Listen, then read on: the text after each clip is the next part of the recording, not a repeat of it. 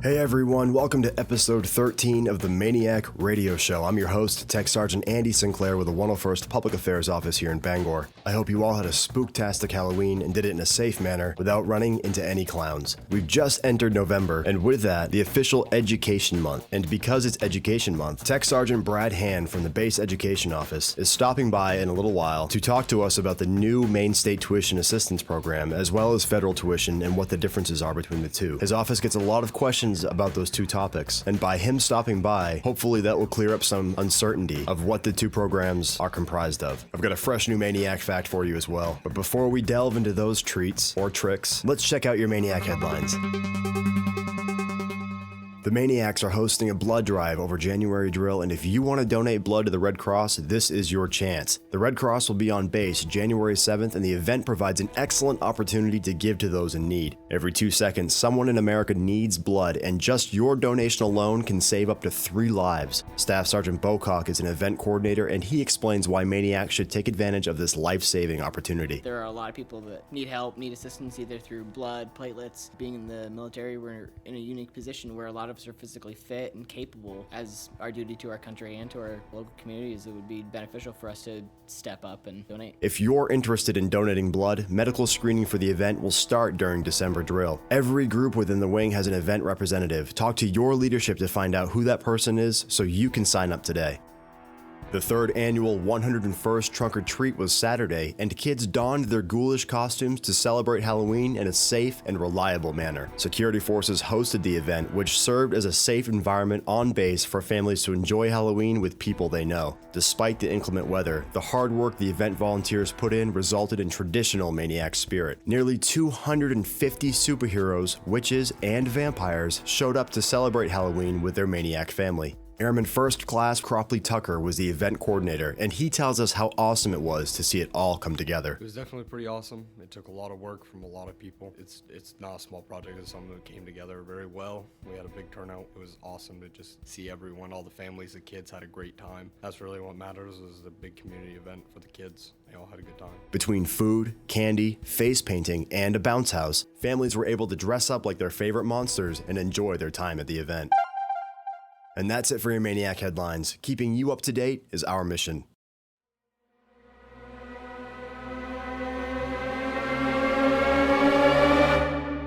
Drill weekend. It's here, and it wants to be your friend. If you happen to see Master Sergeant Tina Mishu or Master Sergeant Lonnie Bean this weekend, make sure you stop them and congratulate them, because after this weekend, they will both be senior Master Sergeants. They're both getting promoted to the grade of E8, which is an outstanding accomplishment on both of their parts. So Master Sergeant Mishu and Master Sergeant Bean, if you're listening, congratulations on all of your hard work.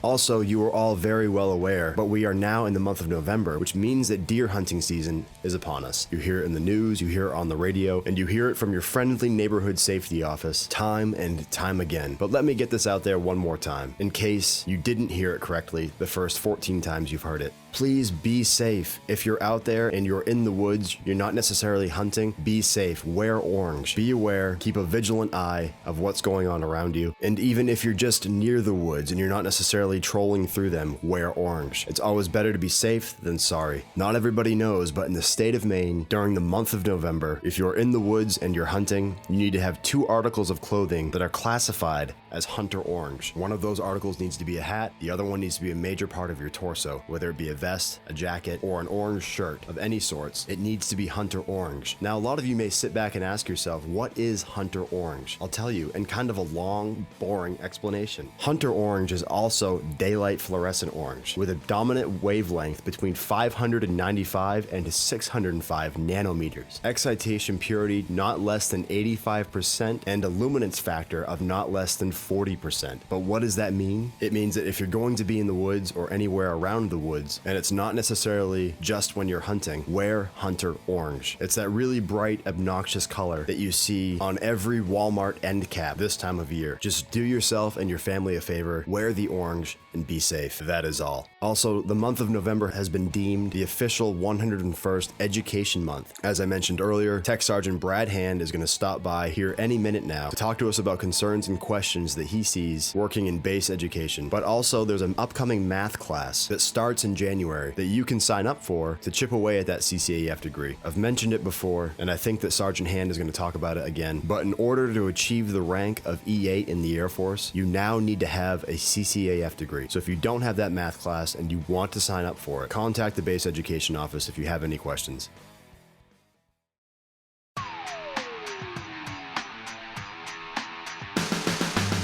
Speaking of Tech Sergeant Hand, he just walked in.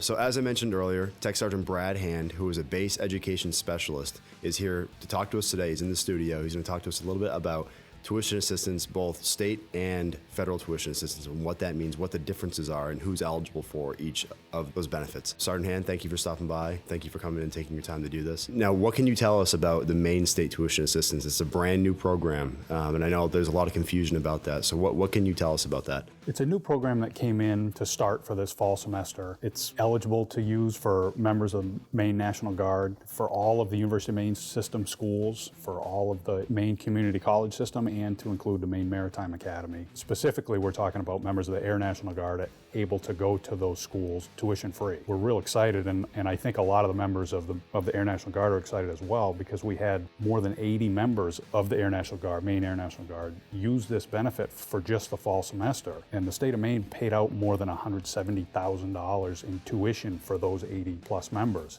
And I think that number is just going to grow as this program, as more and more people actually find out what a huge benefit this is for our members, and really kind of how to use it and go through the process of using it. It is a pretty simple process, but it can be a little daunting at first if you're unfamiliar with how to access those benefits. What is the process in a very generic step-by-step process? How do you sign up for it? There are some limitations on it. First off, you can't currently possess a bachelor's degree. You do have to be a member of the Maine National Guard. You have to be enrolled at one of those qualifying schools. You have to apply for FAFSA, fill out and apply for that online.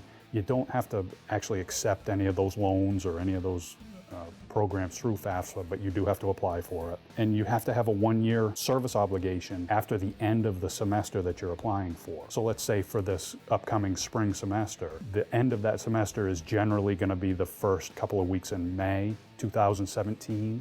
So your service obligation, your ETS date, has to be May 2018 or beyond to qualify to be able to use this state TA.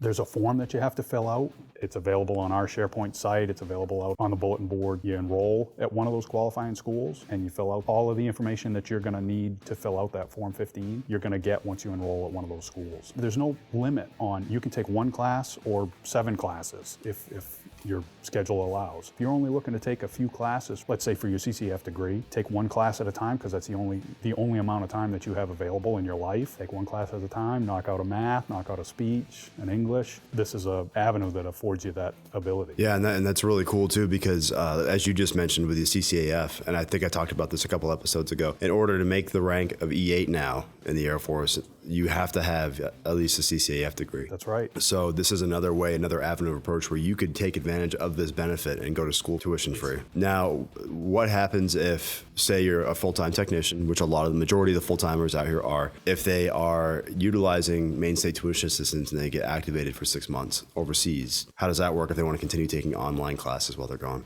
That's a great question, because if you get activated, if you get any sort of active duty orders, you have access to that federal tuition assistance.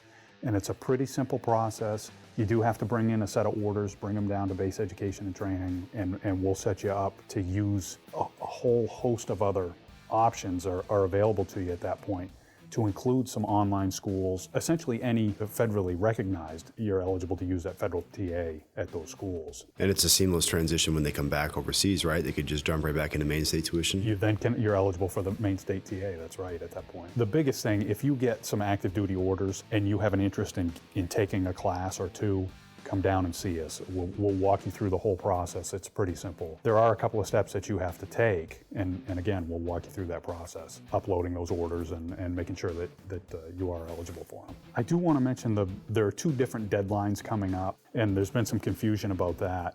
There's a November 5th deadline that's for the winter session, and that winter session is really, there's a couple of schools that you're eligible to use a state TA at that have a winter session. The University of Maine is one at Orono, University of Maine Machias, I believe, is another one, and there may be other schools as well. Those are just a couple that I know of who have a winter session, and this winter session is just a jam-packed where you can get a 3 credit hour course over the course of 3 weeks. So that winter session deadline, specifically talking about that one session, is November 5th to have your state TA form filled out and in our office. The normal spring semester that starts 3rd week of January at all of these qualifying schools, the deadline for that is November 30th. So you still have another month. If you're looking to take classes in the spring, you have another month to get signed up. And honestly, I've had a couple of phone calls where people have said, wait a minute, my school they don't even have the classes out yet for spring semester. How am I gonna have this into your office by November 5th? Well, you don't have to. It's November 30th.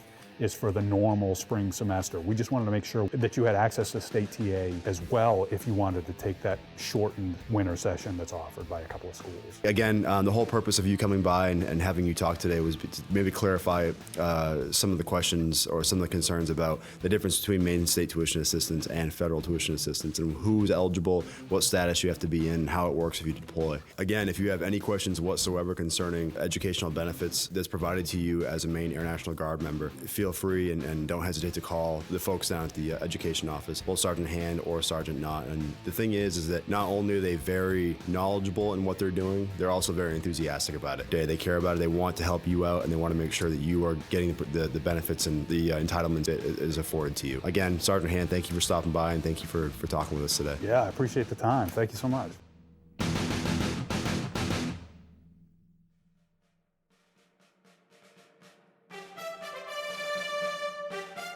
And it's that time again for your MAINEiac Fact. This episode's MAINEiac Fact is brought to you by the 101st Cyber Surety Shop, where their goal is protecting our information. The continued advancement of computers and technology has drastically expanded our capabilities. However, these very same advancements have created vulnerability to our security as well. Responsible for preventing, detecting, and repelling cyber attacks, cyber surety specialists ensure the security of computer networks and online communications. From programming to hardware, these experts keep our systems and our information safe. For more information on how you can become a cyber surety specialist, contact your local recruiter. And here's your MAINEiac Fact. The year is 1962, and the 84th General Conference of the National Guard Association is being held in the beautiful mile-high city of Denver, Colorado. The General Conference is an annual meeting which joins many of the officers of the National Guard, Army, and Air to iron out many of the problems confronting the Guard. As a result of the deliberations of these conferences, the Guard continues to grow and flourish. Representing the Maine Air National Guard were Brigadier General Tukey, Colonel Fortin, Lieutenant Colonel Johnson, Major O'Connor, Major Shaw, Captain Brooks, Captain Haley, Captain Levitt, Captain Martin, and Captain Osgood.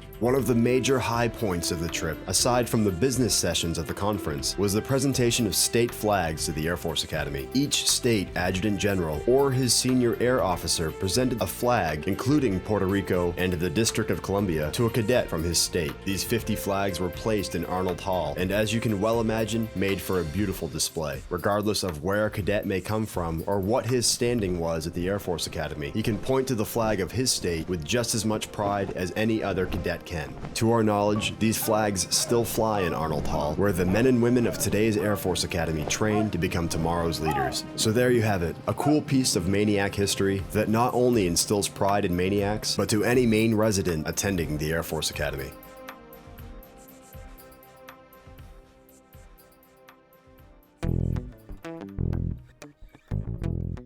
And that's all we have for this episode of the MAINEiac Radio Show. I'm your host, Tech Sergeant Andy Sinclair with the 101st Public Affairs Office here in Bangor. I hope you all have an awesome drill weekend, and make sure to remember if you happen to see Master Sergeants Tina Mishu or Lonnie Bean that you stop them and congratulate them on their promotions to Senior Master Sergeant. And remember, if you have any questions or concerns whatsoever regarding base education, you contact them. They'll be more than happy to help you out. The tuition assistance programs can be kind of overwhelming, so if you'd like to become more educated, make sure you contact Base Education. If you haven't already, make sure you check out our Facebook and Instagram pages by searching 101 STARW on both Facebook and Instagram. Stay up to date with what's going on in your MAINEiac world and MAINEiac family. And while you're at it, make sure you check out the official Vice Wing Commanders Facebook and Instagram pages by searching CV.101ARW. See what the Vice Wing Commander's up to, share photos, tag photos, love photos. Obviously keeping OPSEC in mind. But with that being said, again, have an awesome drill weekend. We'll see you around, or not. After all, you are wearing camouflaged uniforms. But if you're off duty, make sure you're wearing Hunter Orange. Be seen,